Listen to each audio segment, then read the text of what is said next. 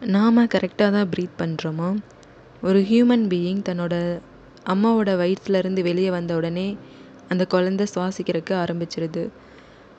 அந்த மாதிரி நம்மளோட இயற்கையான நார்மலான சுவாசம் வந்து பெல்லி ப்ரீத்திங் தான் சொல்லப்படுது.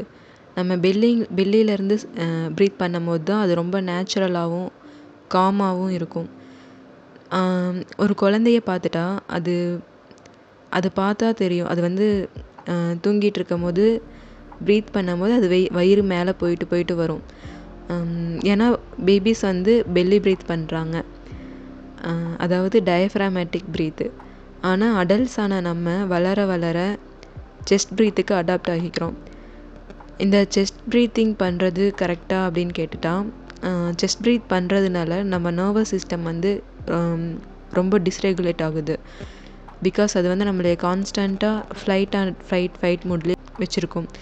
ஸோ அதனால் நம்ம செஸ்ட் ப்ரீத் பண்ணாமல் பெல்லி ப்ரீத்திங்க்கு ஷிஃப்ட் ஆகிக்கிறது ரொம்ப ரொம்ப நல்லது.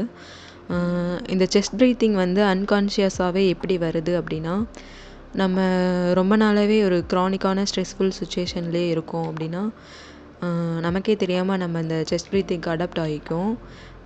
லைக் இப்போ ஏதோ ஒரு ஸ்ட்ரெஸ்ஃபுல் சுச்சுவேஷன் வருது, ஆங்ஸைட்டி வருது அப்படின்னா, நம்ம நல்லா நோட் பண்ணி பார்த்தா தெரியும். நம்ம மூச்சு விடும் போது நம்ம செஸ்ட்லேருந்து ப்ரீத் பண்ணுவோம். ரொம்ப படபடன்னு அந்த மாதிரி ஒரு சுச்சுவேஷனில் வந்து ப்ரீத் பண்ணிகிட்ருப்போம். அது வந்து செஸ்ட் ப்ரீத்திங்லேருந்து வருது. அந்த மாதிரி ப்ரீத் பண்ணுறது வந்து நம்மளைய க்ரானிக்கான ஒரு ஸ்ட்ரெஸ்ஸில் வச்சுருக்க ட்ரை பண்ணும்.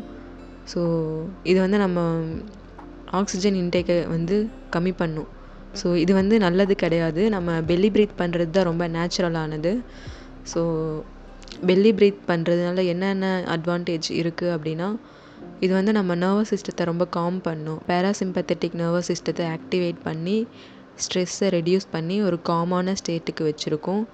ஸோ இது வந்து டேஞ்சரான ஒரு மூட்லேருந்து வெளியே வந்து ரெஸ்ட் அண்ட் டைஜஸ்டிவ் அந்த மூடுக்கு கொண்டு போகும். ஸோ நம்ம பாடி ரொம்ப காமாக இருக்கும். நர்வஸ் சிஸ்டம் ரொம்ப காமாக இருக்கும். ஸோ நீங்கள் யாராவது செஸ்ட் ப்ரீத்திங் பண்ணிகிட்டு இருந்தீங்கன்னா பெல்லி ப்ரீத்திங் பண்ணுறதுக்கு ட்ரை பண்ணுங்கள்.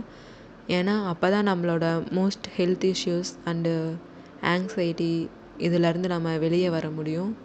நம்ம பாடி ஹெல்த்தியாக இருக்கும். அண்டு பெல்லி ப்ரீத்திங் ப்ராக்டிஸ் பண்ணுறதுனால நம்ம நர்வஸ் சிஸ்டம் வந்து ரொம்ப காமாக இருக்கும். இது வந்து நமக்கு நிறையா விதத்தில் ஹெல்ப்ஃபுல்லாக இருக்கும். பிகாஸ் நம்ம நர்வஸ் சிஸ்டத்தை காம் பண்ணுறதுக்கு இது ரொம்ப ரொம்ப முக்கியம். இதை நம்ம ஒரு ப்ரீத்திங் எக்ஸசைஸாக ப்ராக்டிஸே பண்ணலாம். அண்டு நீங்கள் வந்து ஸ்ட்ரெஸ்ஃபுல்லான சுச்சுவேஷனை வந்து அவாய்ட் பண்ணும் போது நமக்கு பெல்லி ப்ரீத்திங் வந்து ஆட்டோமேட்டிக்காகவே வரும். ஸோ நம்மளோட நர்வஸ் சிஸ்டத்தை ஹீல் பண்ணுறதுக்கு இது வந்து ரொம்ப ரொம்ப important. So breathing exercise try பண்ணலாம். ஸ்ட்ரெஸ்ஃபுல்லான சுச்சுவேஷனை அவாய்ட் பண்ணலாம். இந்த மாதிரி பண்ணுறதுனால நம்ம நர்வஸ் சிஸ்டத்தை நம்ம ஹீல் பண்ணிக்க முடியும்.